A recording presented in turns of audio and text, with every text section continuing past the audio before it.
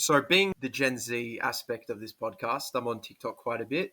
And the new meta right now that's being talked about is how bulking is dead and main gaining is now the new thing. Um, one, I think people are just coming up with shit by redefining terms. In a way that's kind of head scratching. So yeah, the energetic cost of synthesizing proteins is not a component. I got frustrated with people for misunderstanding terms one way, and now I think they're just misunderstanding them in a completely opposite way. Um, A new but form yeah, of so hell. okay, so back in my day, uh, the type of error that people would make is saying like, oh, hey, I was eating 2,000 calories, I was maintaining my weight, and now I started like lifting really hard. I'm like building a little muscle. Scale's not changing that much, but I'm eating like 2,500 calories now. So like I'm in a 2,500 calorie surplus. And like you're not, you're roughly at maintenance still. Like maybe you're in a small surplus, but you increased your calorie intake by 500 calories, but um, it doesn't really seem like you're storing that much additional energy in your body. Therefore, like you're not actually at a surplus of that magnitude.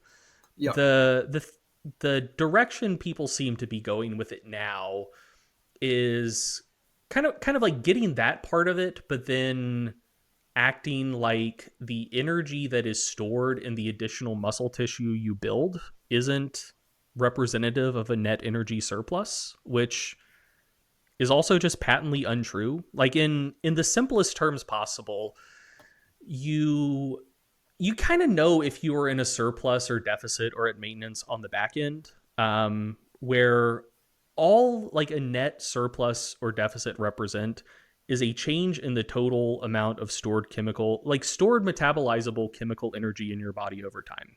So if you previously had 10 kilograms of fat on your body and now you have 12 kilograms of fat on your body, those additional 2 kilograms are storing metabolizable chemical energy. Therefore, assuming you don't have any change in total lean mass, you were in a net energy surplus. The same is true when it comes to building muscle. Like if you don't gain or lose any fat, but you gain 5 kilograms of muscle mass, there is net metabolizable energy stored in the proteins in those muscles, where if you went in an energy deficit, your body would metabolize some of those proteins and derive energy from them. Like if it is energy that can be accessed and utilized if you were in an energy deficit, or just even if you're just doing fucking normal protein turnover, like you're gonna liberate amino acids. Like you're gonna replace a lot of them if you're not actually losing muscle. But yeah, if those amino acids there are something you could break down and metabolize, if you are storing more than you used to, that is representative of, at least within that body compartment, a net energy surplus having taken place. Which I will say, I do think the current misunderstanding is closer to the truth than the prior So we've gotten misunderstanding, somewhere where somewhat, yeah. It just feels we're like like a straw manning of the dreamer bulk. Like I feel like the dreamer bulk is a meme of decades yeah. gone past, and I don't think anyone has ever recommended that you blow out and just put on ridiculous amounts of body fat to create anabolism and to build more muscle. Yeah. Like people have been saying lean bulk for years, and I think like because now what do they say? It's maintenance plus, and I'm like fuck, like Yeah, you can't that's you Yeah, can't be pulling shit in an industry full of that's idiots like that. You need to be very that's clear. just a small surplus. Yeah. No, for sure, for sure. And yeah, I mean, I'll be honest, the thing about that, and honestly the thing with like a lot of like TikTok fitness information that frustrates me the most is less what people are saying and more just the lack of epistemic humility with which they are saying it. Well, and it's all very like, I'm sure of this. for a lot of stuff, we're like, there's really no good reason for people to be like sure about just about anything. So I think bulking is a really good topic that like encapsulates this. There are one or two may not immediately be coming to mind, but I think there are 4 or maybe 5 longitudinal bulking studies in humans. Like Oh wow. yeah, it's a topic that people have always talked very confidently about with absolutely no good reason. Shit, I didn't know it was like that. Wow. Yeah, like there's very and by that I mean studies where people are on a structured training program, and you have at least 2 groups who are like prescribed different like diets that are intended to lead to different sizes of surpluses. There was an old study by Rozenek in 2002. There was a study by Garth in 2013, I believe. And that was it for a long, long time. And then there was a paper by Smith in like 2018 or so.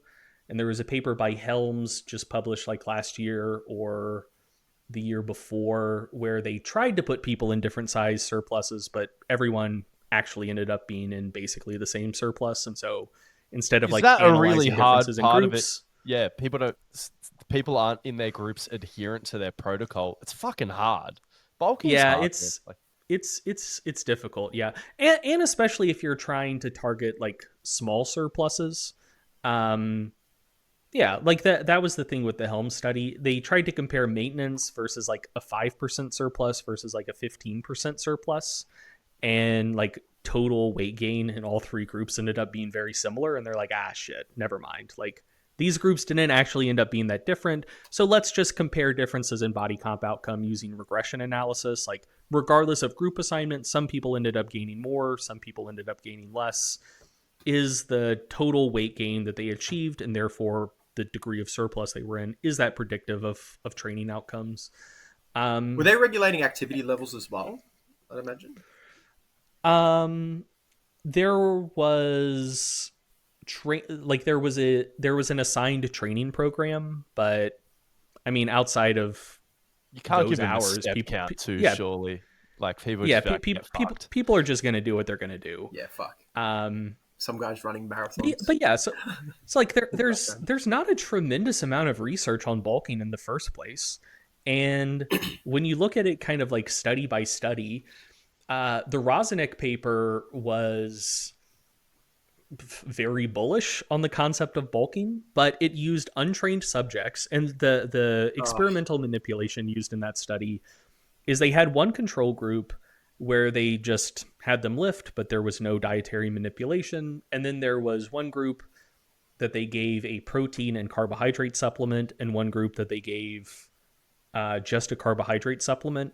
And the 2 supplement groups, I forget for sure.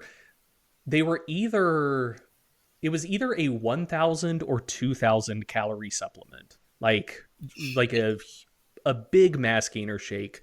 Just to push them over the line, sort of thing. I think it was 2,000 calories. Damn. But yeah, it was just a big old mass gainer shake, basically.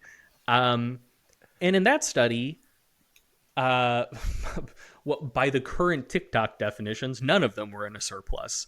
In the real world, the control group probably was actually like in a small net energy deficit. They ended up gaining like 1.4 kilos of lean mass and lost like 0.8 kilos of fat. And since the energy, and that's not crazy for like untrained people lifting for the first time. Yeah, like you put on 2-3 pounds of muscle, maybe lose a pound or 2 of fat. Like, yeah, that's pretty normal. And then the 2 groups given that like high calorie supplement, both of them gain like 3 kilos of fat-free mass and basically no body fat. So under current TikTok definitions, you'd say, they were both at maintenance and also gained 3 kilos of fat-free mass. And anyone else would just say, they were in a small surplus. And we know that because it didn't really seem like they lost body fat, but they also gained 3 kilos of fat-free mass. What's a lie we could make to now bring bulking back? To be In fair, an exaggerated way. I'm like, we need a grift. We got to originated get a from grift. Paul Carter. Just wanted to. So I don't think it was So is fully. it Paul Carter's fault for this one? Yeah, Paul Carter. Like, Paul don't get Carter. me wrong. I will happily blame Paul Carter for a lot of this industry's No, problems. this is definitely but- Paul Carter. Okay, all right, fair Yeah. enough. And He it started this one. Dribbled to TikTok. Yeah. If you want to learn more about the general physical preparation training philosophy, we put together an extremely practical course covering all the different aspects of physical preparation, as well as a unit on programming, so you know how to tie it all together and produce the same world-class results that we get with our athletes. We've got pre-recorded lectures, a community page where you can ask questions and interact with the other GPP coaches, as well as monthly calls where you can ask questions live or just catch up and hang out with us. Check out the link in the show notes for more info.